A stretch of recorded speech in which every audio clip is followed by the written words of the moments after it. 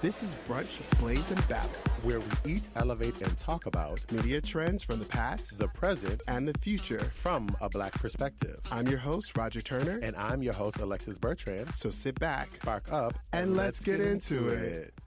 Hey, Alexis. Hey, Roger, baby.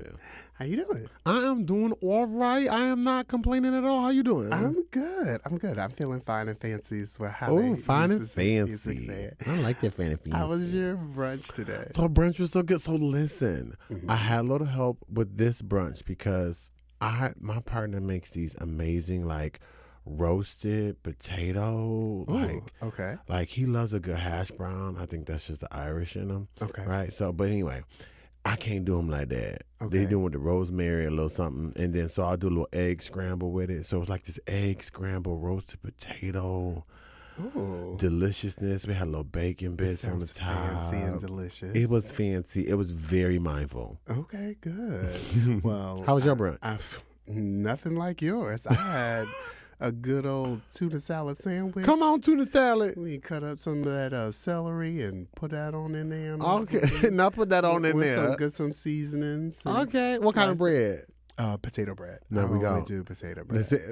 Not only do. I do only do potato. I love potato bread. I don't think I knew that about you. Yeah, when I make sandwiches, I know it's got a little crack in it, don't it? Mm-hmm. Yeah, I love a good potato bread. I love potato bread. But yeah, it was simple. I've had a busy day, so my brunch wasn't as indulgent as I would like it to be. But it still sounds tasty. It's tasty all the same. So how high are you?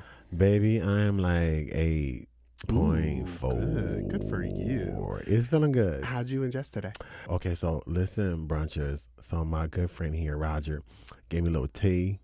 Mm-hmm. And a nice iced tea. A nice little iced tea. It was a little sweet tea. A little sweet with a little tea, something in it. Little peppermint. That's what that was. A little peppermint. I'm feeling very fresh right now. It's a nice little sweetened peppermint tea. I am also at a 8.5. Oh, let's go. Because I had 2 cups. You've only had 1. Ooh, baby, not 2 cups. I've had 2 cups.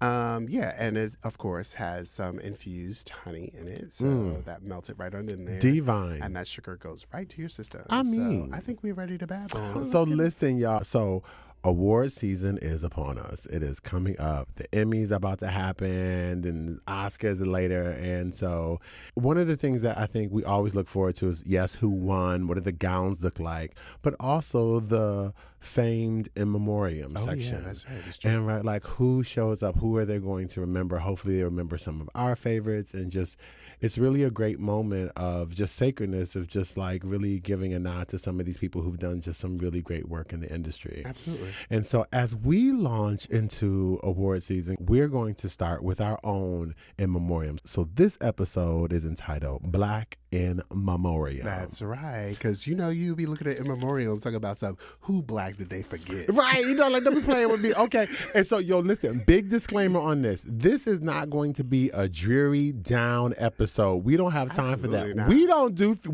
Roger and I don't come from a culture or a faith practice where they do funerals. Oh no, we do homecoming. Homegoing. Do you hear me? There's a band.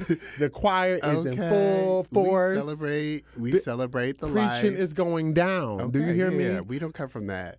So we're going to try to celebrate. So we're going to celebrate. So as we go through this episode, like we uplift and we believe in our ancestors and we lift up our elders and those who are past. So this conversation was sparked by the passing of legendary James Earl Jones. Yes, the voice. The voice. Like literally the man, the myth, the legend, if you want.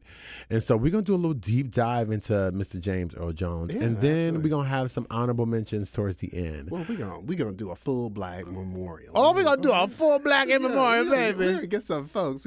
Because as we were planning this, we were about to head up into the studio and we find out that the great Frankie Beverly passed away. Jesus, so it was like we can't forget before, people. like literally his song. Like if you had a cookout this summer, you play Before I Let Go. Dun, dun, dun, dun, dun, dun. So I think it's time for us to pull back that curtain. So come on, Roger, pull back the curtain for us, baby. All right, so I did some research on James Earl Jones, and most of the stuff, like you guys, if you've been anywhere on social media or you're looking at the news or anything like that, they're all going to give you all the same story of James Earl Jones's background, how he was born in Mississippi, and his family.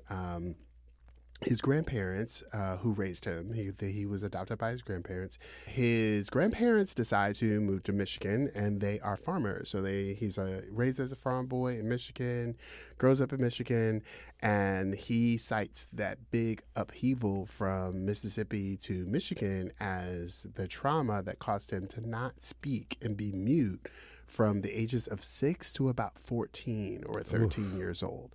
So he was mute for a number of years, just didn't talk. And it wasn't like he couldn't talk. He constantly talks about how he was a stutterer, and he decided to just not talk. Yeah. He was like, it just was, talking just became a hassle. So he just decided not to talk, and writing was his communication. And he didn't start talking until he got to high school. And he credits a teacher by the name of Donald Crouch, who noticed that he had a love for poetry and was reading some of James's poetry and decided that, this sounds really good and it sounds amazing. You know what? It's so good. I need you to prove to me that you wrote it. Why don't you get up and read it out loud? And, coaxing James Earl Jones to say some things. And it's like, if you love the way these words are on this paper and how they read, you should also love how they sound. So give it to me. And so James Earl Jones shocked his teacher and himself on how well he read this poem. And so that ends, and he moves on to go to University of Michigan. He is from an upbringing where they're like, you're going to be a Black professional, so you got to go to college. He decides to study medicine. Medicine's not successful for him, and he knows eventually after graduation he's going to be called up to go to Korea. So he decides to study something that he's going to enjoy until he leaves for Korea. So he ends up moving into studying theater and acting. And he starts doing acting. He's doing really well, comes back from Korea and starts an acting career. So that's how we get here. And that's how we get here. And so he ends up doing a lot of Shakespeare. He ends up being like the archetype for Othello. Yes. After Marlon Brando, but okay, we are not about to do that. We're not talking about Miss Marlon. No, this is not Miss Marlon's episode. But James Earl Jones is an amazing not amazing Marlon Brando. Damn, I am high. You are high. He's amazing Othello. He does really well, and then he just goes on to he moves on to movies. He does Claudine, with the incomparable Dominique Devereaux. Listen, okay, do not play these games with Miss Devereaux. But that's not Dominique Devereaux. Her real name is. Come on, you know her name. Everybody from Dynasty. Yes. Okay, we high, y'all. So oh Jesus, no, we're gonna get this name. No, what's her name? Diane Carroll. Thank you, Diane Carroll. I had it on. Okay. I did want to interject when you told the story, y'all. So when I found out about the passing, I did make a post and I quoted James Earl Jones. And when you just told the story of like him discovering basically how to use his voice, I love his quote of, one of the hardest things in life is having words in your heart that you can't utter. And that really, to me, speaks truth to what he went through at that age, at such a young age. And I love that he always gives credit to that school teacher. He always talks about that school teacher that brought him out of his shell. So awesome. He is in another movie called The Great White Hope, which is about and loosely based on the boxer. So he does a lot of really great films. So Friends, right there, before. That's where I feel like I met, like right where you are now in this timeline. We're talking about 60s and 70s, yeah. So, and I think there was so he was doing everything. So for friends who are not familiar, like, okay, so why are they talking about this guy for those of you who might be a bit younger in a different generation, like why is James Earl Jones? Oh, we're gonna get to why. But I feel like we're already there because he's doing like horror movies, y'all. He's doing detective shows. He's showing up on PBS. So to Roger's point, when he's saying he's doing a lot, he is doing so many varied different genres, if you will, right? There is no like typecast. And maybe one could argue or probably make an argument that he was probably taking this is the 60s, this is the 70s, and he's probably taking every job he can, even, because he's a black man in this industry. I don't know, but I'm not trying to say, what I'm trying to say is. No, you do know. Like, James Earl Jones does talk a lot about being, always trying to make sure that he is working. And so James Earl Jones takes a lot of work. So I feel like he's the Samuel L. Jackson before. I feel like Sam got it from him. So for reference, y'all, so for our brunchers here, like think about, because Samuel L. tell you, I take every job. And I feel like he got that blueprint from James Earl Jones. Yeah. James Earl Jones definitely took a lot of work. And so after he has done, he's done Othello, he's done King Lear, he is in Midsummer Night's Dream, Great White Hope, which was a stage play first. And so that catapults him. There's a lot of, back and forth about like the portrayal of Great White Hope, because it's a white man that's writing the story about a black character. So ain't the first time we've seen that. there's uncomfortableness around how he's written. So what we really know James Earl Jones for is his voiceover work. So James Earl Jones becomes the voice of the Yellow Pages. He becomes the voice of CNN. He is the voice of everything. And he's the voice of everything because we first hear James Earl Jones' voice in 1977 in a little movie called Star Wars. This little film. Where he becomes the voice of Darth Vader. Now, originally, he's uncredited for this role this because is very true. James Earl Jones is like, no, this is not a real job. I'm just coming in to do this for y'all real quick. I'm just special effects. He literally got paid $7,000 for the day for his role. Y'all hearing this? Star Wars. Are y'all hearing this iconic foolishness? And that's all he was like. He was like, hey, y'all, I'm dropping things everywhere. I'm high. Hold on, y'all. You feeling good right now, y'all. He tearing up the studio. So he basically was like, I'm not really acting. I'm not on the stage. Because he's a stage actor. He's like, I'm just coming in here to do some so he was voiceover. already big time, but I'm big time over here on the stage. I'm going to do this real quick for y'all. Have you heard like the voiceover interaction? Yes. Like it's so the good. original actor had like this very specific English accent. And so George Lucas is like, hey, no, let's bring it over here. So he becomes the voice of Star Wars, which is why a lot of younger audiences know who James Earl Jones is, because he reprises his role in just about every sequel of the movie. Okay, pause. We just mentioned him being the voice of Darth Vader. So for all our nerds out there, like understand in terms of like archetype, in terms of blueprint of villainy, right? There is none other, there's no bigger villain. And we can argue for our favorite heroes, whatever, but in terms of like, you can see the fingerprint of Darth Vader through just beyond that. And so James was a part of creating that. There's a reason why you would see like the broodingness of these villains we've come to love, and the richness in voice. Like everybody is trying to encapsulate what James Earl Jones was able to create with Vader. If you want to really understand what James Earl Jones brought to that voice and to that role, I encourage you to go out and Google the voice comparisons of James Earl Jones, the original actor's voice on Darth Vader, and then James Earl Jones's version of Darth Vader. There's also a YouTube comparison of all the different voice actors that did Darth Vader's voice in subsequent like animated movies. Oh, okay. Ooh, I'm really interested in watching that one. And you hear the difference. You're like, yeah, that was cute for that, but it's not. It's James Earl Jones. James though. So he's not the only. That's not the only major voiceover role that you know him from. You know him as the voice of Mufasa in The Lion King. Okay. So before we get here, right? We go. Okay.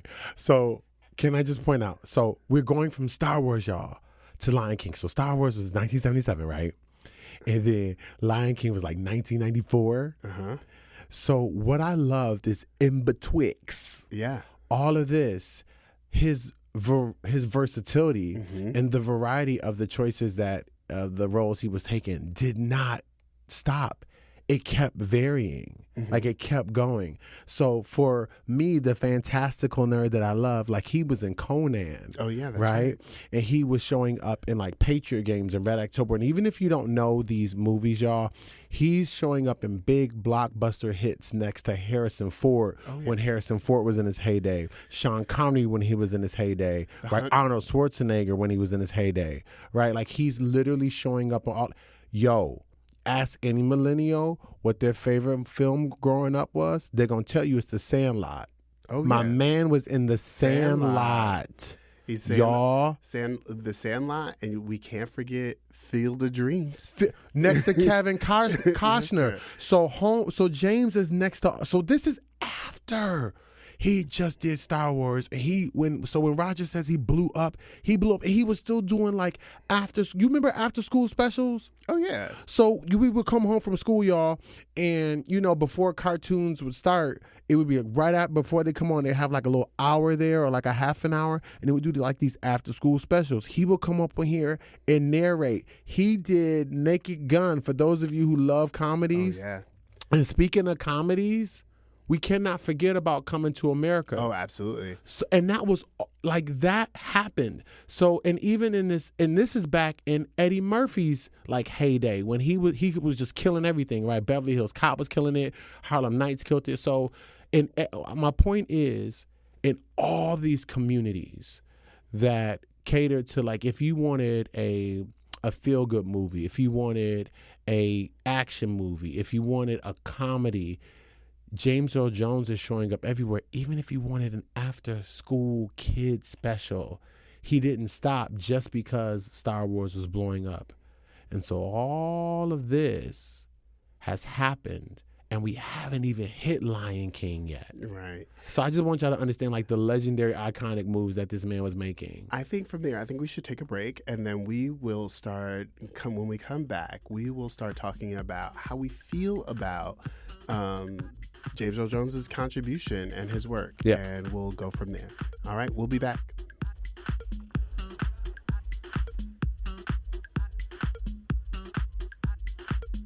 Hey everyone, we're back. We're back, y'all.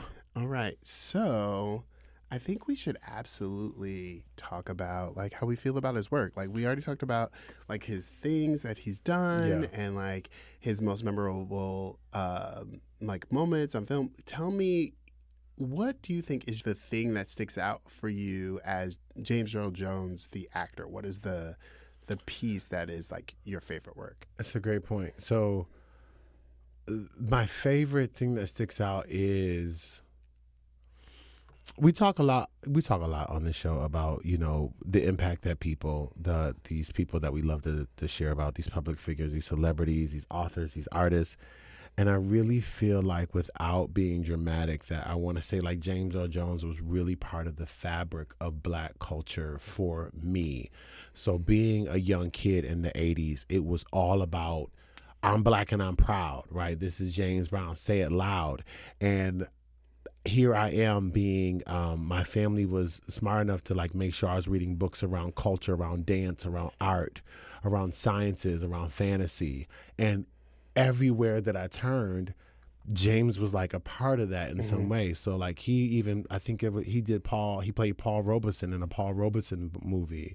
So here I am learning about arts and writing and dance, and here is James. And when I'm thinking about like being in space and trying to stop the evil forces, James is showing up.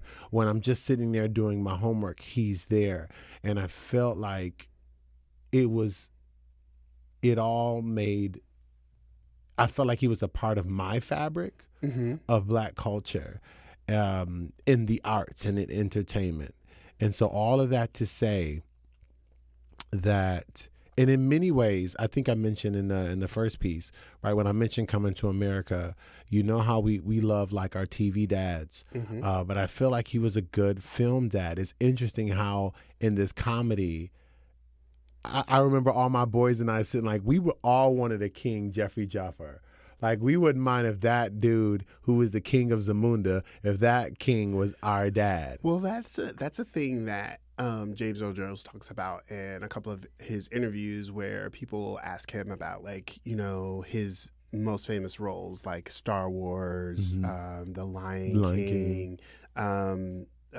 Fences, him playing Troy Maxon. So I trained as an actor, and so like seeing clips of James Earl Jones playing in Fences, which is August Wilson play that's a part of his Pittsburgh cycle, which covers the Black experience of over a century in 10 plays. And most of them are set in Pittsburgh. All 9 of them, I think 1 is set in Chicago. But I, as a Black actor, August Wilson Pittsburgh cycle is something that like you really like study. And I remember, like, I'm too young. I think he was on stage with young Courtney Vance. Yes. In Fences, and back in like 1987. So oh my goodness, that's so right. Was not. My parents weren't ready to be like, oh, come on, let's go to the theater in like 1987. Right. But I remember watching clips of it, and I was like, wow, he has such an incredible like grasp of who that is. Yeah. And they talk about Troy, they talk about that. But Sandlot, he really boils it down to they're all just a bunch of daddies. Like he boils it down to like, yeah, I'm good at daddy roles. And he was like, that's who he is. And they end up, he talks about how when he's doing like Lion King, like he brought too much gravitas because he was thinking about being the king. And so they were like, he's also a dad. Be the dad that your dad. And he was like, oh, well, I'm a goofy dad. I'm like goofy dad with my son. So I'm going to be goofy dad in Lion King. And that's what you see in their relationship between Simba and Mufasa.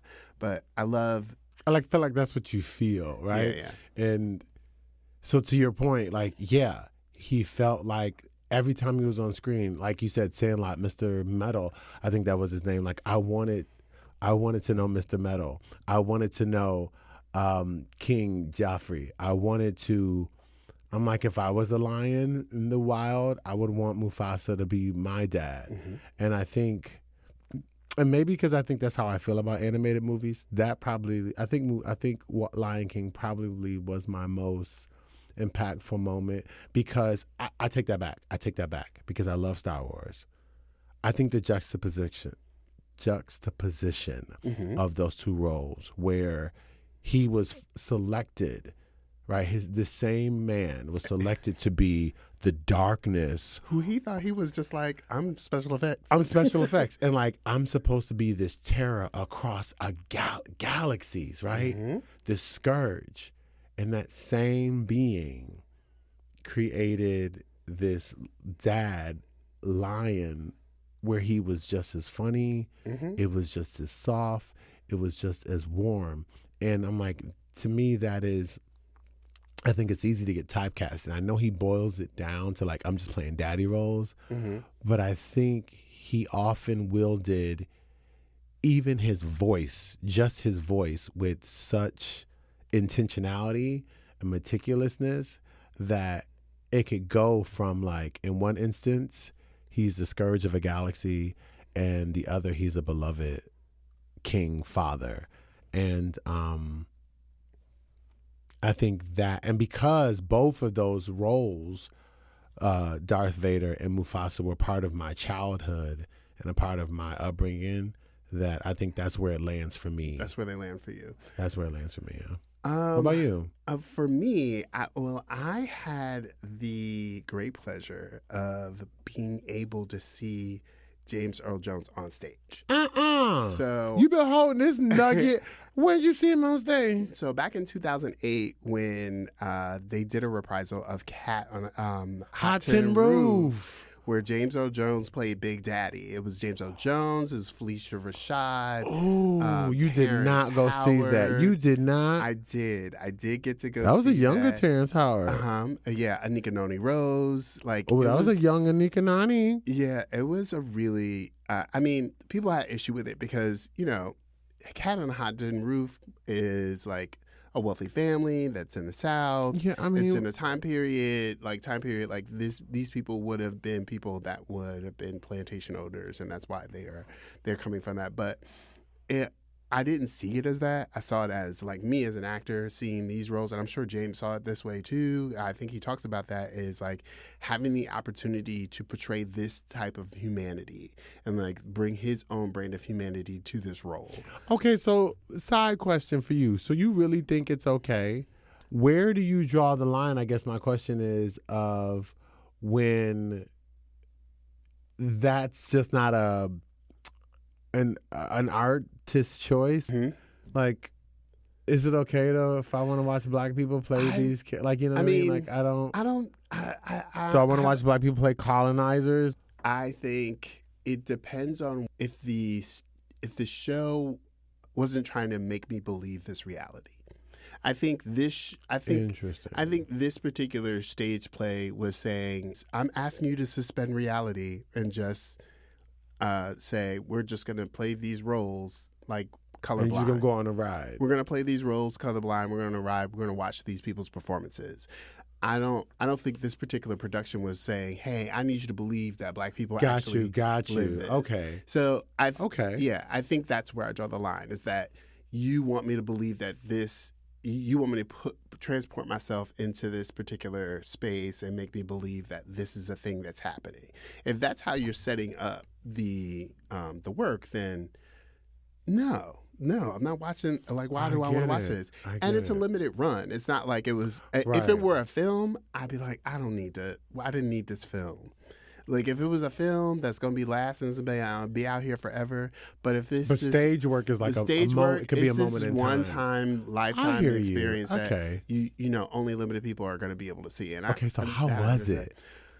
Listen, you see every range of like humanity from James Earl Jones, because he plays this role with gravitas, with with authority, but also with so much humor and charisma at the same time. Like, it was really great to see. First of all, it was just great to see like Felicia Rashad on stage. It was great to see James Earl Jones on stage, Terrence Howard. It was okay. You could have had a V8. You could have just had a little milkshake. Okay. It was all right. Girl. I was okay. Okay. I didn't hate it. You know what I'm saying? But you didn't miss it. I didn't miss it. All right, okay. Anika Noni Rose, incredible. She was great. I really enjoyed Anika. Why? She stays incredible. Like, she was just incredible. I really loved this production. I really enjoyed it.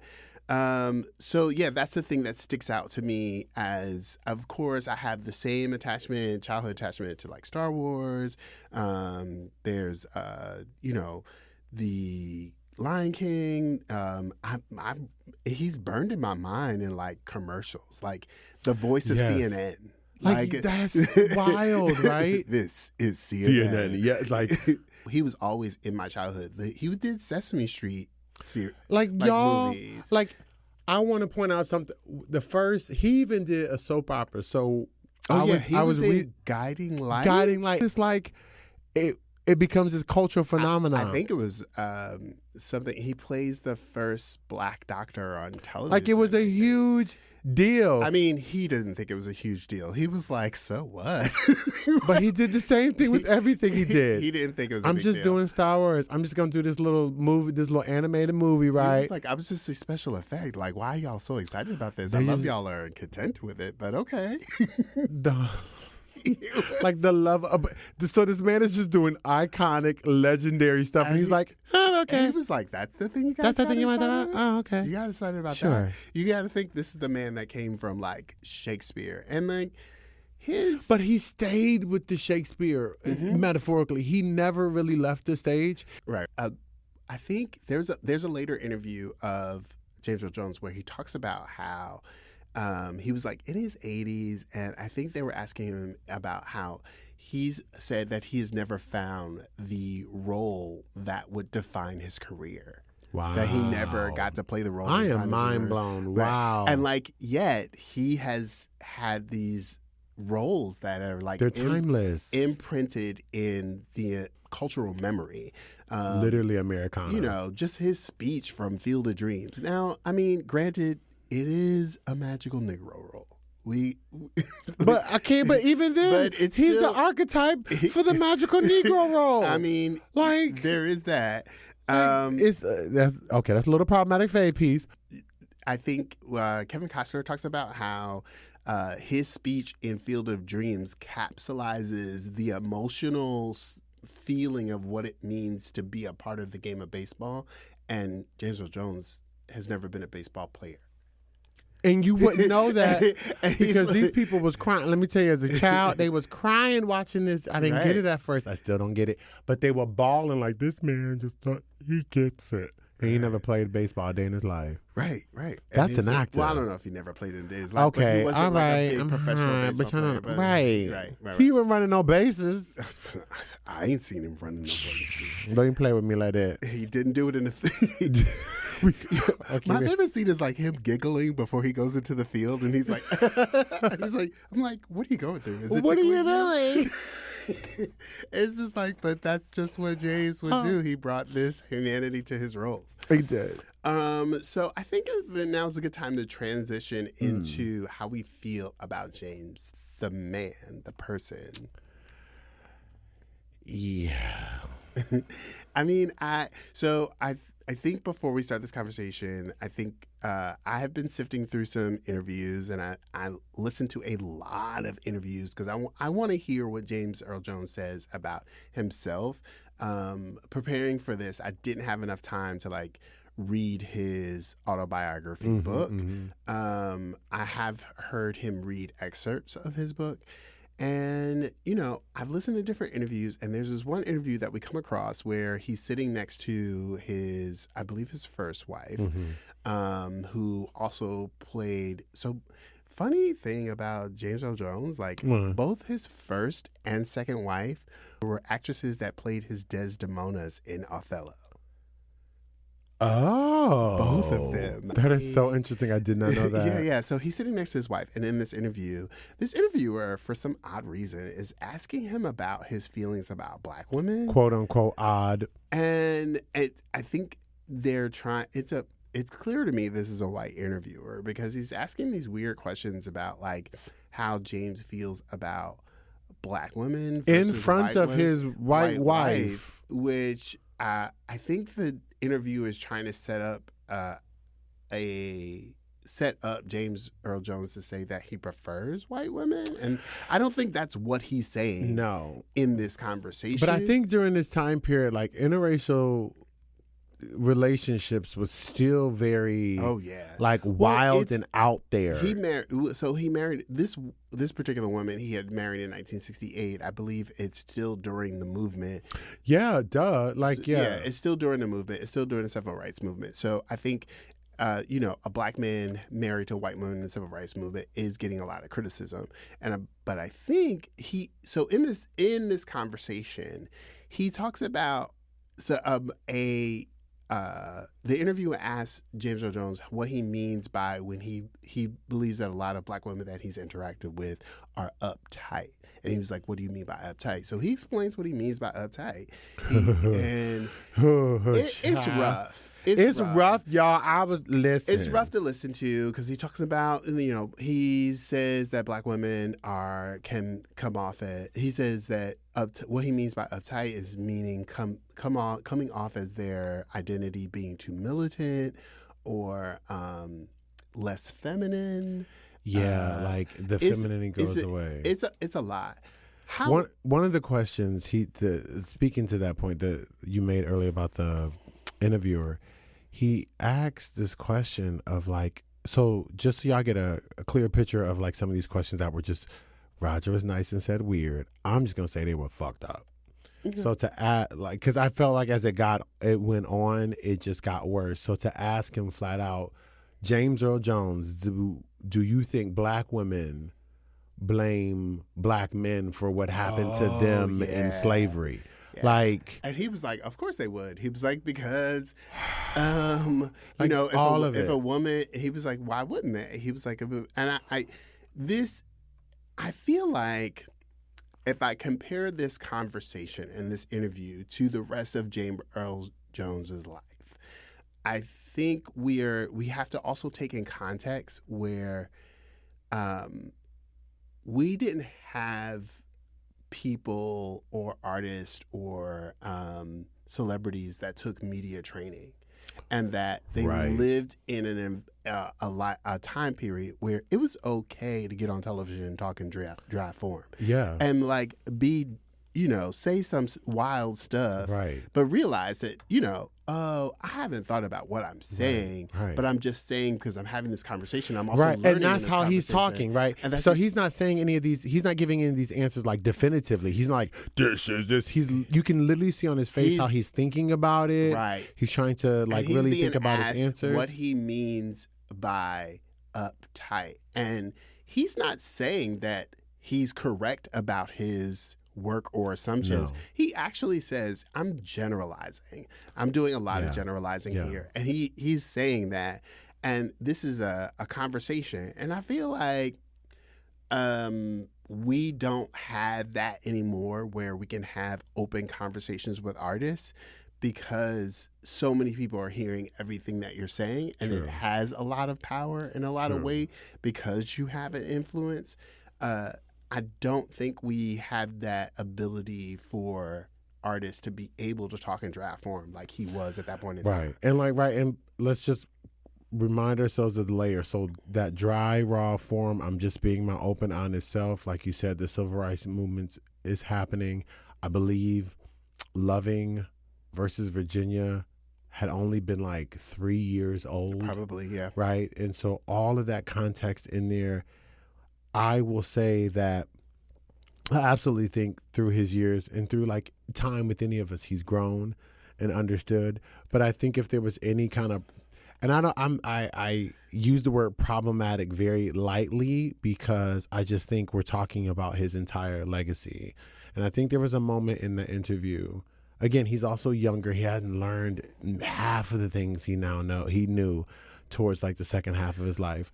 I will say like there was a moment where I don't know if it was intentional, and I don't want to get in the weeds about that, but it almost sounded like, and again, the interviewer had a lot to do with how driving this conversation. And it sounds like he was like almost putting the black woman and the white woman on like a spectrum. Mm-hmm. So as you're moving away from the black woman, that must mean that's how you moved towards the white woman. And it felt like that was being framed. And like that was being framed like that. And it's not fair. And that is absolutely not fair, because we are both in interracial relationships, and I know us. Right. Like you don't think about it that way. Yeah. But yet that's how I felt like the conversation was being pushed upon him, if I'm making sense. Because in no way is he saying in this conversation that he prefers white women over He's black not. women. That's not what he's saying. And that I think there's a lot of other things. I think I was also uncomfortable with how he spoke about his grandmother. So he was raised by his grandfather's grandmother. He talks about how his grandfather was a very nurturing part of his upbringing, and how his grandmother was, he describes her as psychotic and even neurotic about how she would protect them around what they were going to face in the world. Like he would tell them stories about, lynchings and like great storms and stuff like that. And what I'm hearing from James Earl Jones and the sensitivity that's going on is that he's also a kid that didn't speak. He's a very sensitive child and probably was turned off from the the levelness, because he said these are bedtime stories he had. But I think James also goes into his adulthood, and he talks about how he would never put himself forward as a movement leader in the civil rights movement. he felt his best way to do that work was in his work. And so, yeah. I think he was true to that. He played Vernon Johns. He played, yes. I mean, he played all of these great roles that brought dignity to what it meant to see a black man on film. On film and on stage. Yeah, so I think we talked a lot about James Earl Jones, how we feel about James. So let's get into our Black in Memoriam. Let's talk about some of the folks that we lost in 2024.